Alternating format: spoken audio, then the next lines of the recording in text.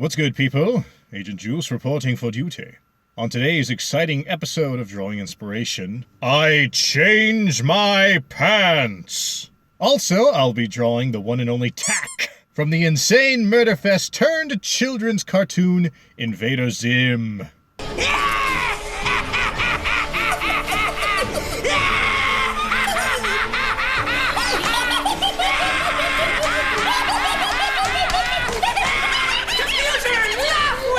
I don't want to. Oh, dear sweet Invader Zim.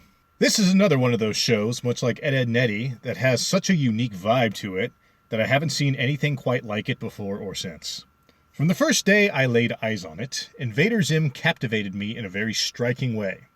It was, after all, the progenitor of the modern-day, quote-unquote, lol-so-random humor that quickly grew tiresome during the decade of the 2000s. Despite the aforementioned random eventually becoming irritating, Invader Zim was able to somehow make it work, mainly because it did it before it was cool. Basically, I don't generally hold it against the creator if their respective trend grows cancerous. It's not really like they can help it. Like, Lauren Faust, it's not her fault that bronies exist. And it's definitely not Rebecca Sugar's fault that a large chunk of the Steven Universe fanbase is, well, an absolute dumpster fire. But enough negative Nancy talk. Let's talk Zim!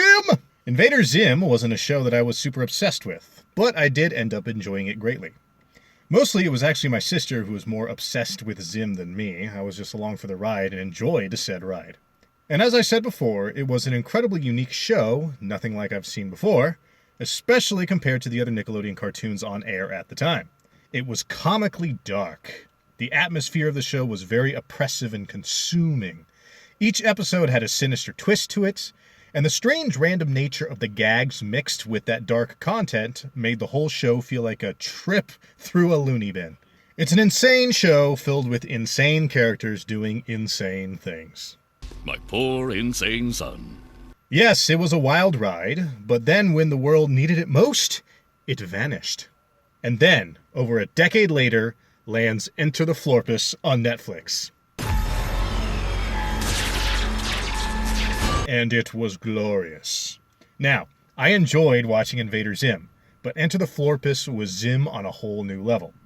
In fact, I distinctly remember reading a comment on Twitter, or at least I think it was Twitter, and I can't remember who said it, but he echoed my sentiments quite well. And I'm going to paraphrase the tweet, but it basically said, Enter the Florpus was better than the show ever was, and this is coming from someone who loves Invader Zim. And that's basically how I felt when I watched it. It was more coherent and engaging than the show, the character interactions were more entertaining to watch, and I really liked the change in the dynamic between Dib and Gaz. They actually made Dib and Gaz get along better, and I really believe that making Gaz more of a team player and less of an angsty wet blanket made her more of a likable character in general. And I gotta say, after watching Enter the Florpus, I want new Invader Zim episodes in this new writing style. So with all that being said, I, of course, want to draw inspiration from Zim, and especially the Enter the Florpus style of Zim.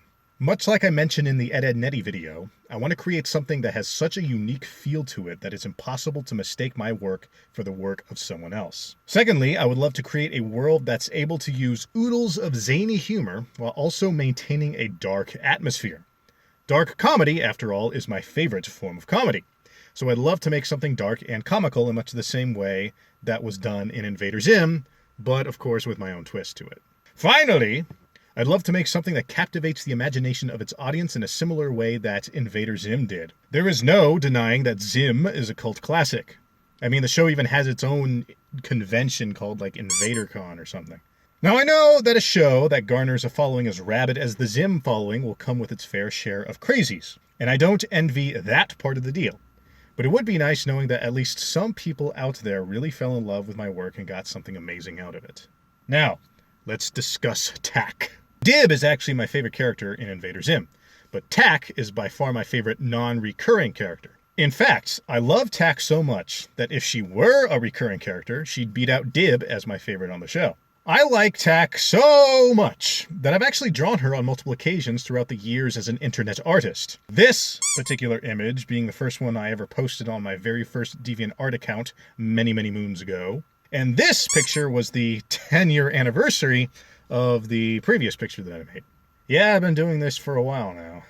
But anyway, she only ever had one proper episode, that being Tack, the Hideous New Girl, where we're first introduced to her, and she had a few cameos as her ship's AI program. And of course, there was her cameo in Enter the Florpus, returning as the ship's AI. But despite her short amount of screen time, she captivated me. You see, if I were to describe Tack in one word, and this is one of those weird words, so just a heads up, I would say that she is an Ahab. She's obsessive, efficient, low-key spastic, and insanely ruthless. Basically, destroying Zim both physically and mentally is her one maddening fixation that drives her very being. And let me tell you, that level of fanatic devotion is something I can at the very least tepidly respect, while still thinking it's totally crazy.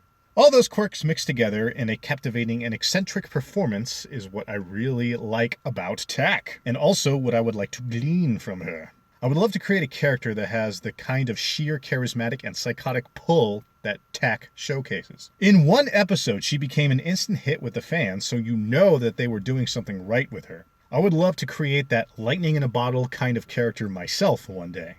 And so, with that last thought, I think I'll go ahead and wrap up today's video. Alrighty then, folks. If you like what you see and you wish to see more, go ahead and remember to smack that like button. And if you wish to see more of this content, give that subscribe button and that notification bell an equally thorough lashing. It really helps the channel out in the algorithm, and it lets me know what you like to see. Also, feel free to comment below and let me know what you think. It's always good to hear from you and what you have to say about the video, or if you have any requests for future content. In addition, if you wish to follow me elsewhere, go ahead and hit up my social media links that I put in the description box down below as per usual. And one more thing I would like to try. If you think your friends, neighbors, or random strangers on the road would be entertained by my artistic tomfoolery and rambling voice, go ahead and share the video. I'd like to see if I can get some organic growth going on, and I would love to infect some fresh, new, unsuspecting minds with my evil. And with all that said, I thank you for spending this time with me. I hope you all stick around, and until next time, deuces.